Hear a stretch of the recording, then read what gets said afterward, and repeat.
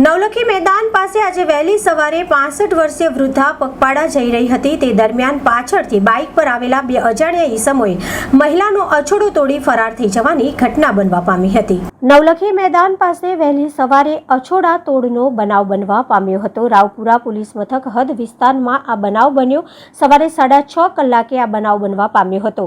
આધેડ પગપાળા જઈ રહ્યા હતા શાકભાજી લેવા માટે શાક માર્કેટે। ત્યારે નવલખી મેદાન નજીક પાછળથી બાઇક પર આવેલા બે અજાણ્યા ઈસમો મહિલાનો અછોડો તોડીને ફરાર થઈ ગયા।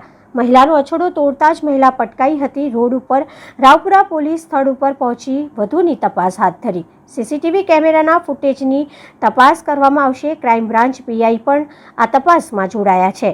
આજુબાજુમાં ધંધો કરતા ફેરિયાઓના નિવેદન લેવામાં આવ્યા છે। એસીપી અશોક રાઠવા દ્વારા પણ નિવેદન આપવામાં આવ્યું છે। મહિલા ગ્રુપની અંદર મોર્નિંગ વોક કરવા નીકળી હતી ત્યારે 65 વર્ષની વૃદ્ધાનો અછોડા તોડનો બનાવ બનવા પામ્યો હતો। પોલીસ હાલ વિવિધ સીસીટીવી કેમેરા ચેક કરી વધુની તપાસ હાથ ધરવામાં આવી છે। સવારમાં લગભગ 6:40 વાગે બદામડી વાગ તરફથી એક બેન છે, તેમનું આખું જે ગ્રુપ છે વોકિંગ માટે નીકળતા હોય અને તે વખતે બે અજાણ્યા શખ્સ છે એ બાઇક પર આવેલા હતા અને આ બેનના છે અછોડા આંચકીને નવલખી ગેટથી યુટર્ન લઈ અને ત્યાંથી ભાગી ગયેલા હતા।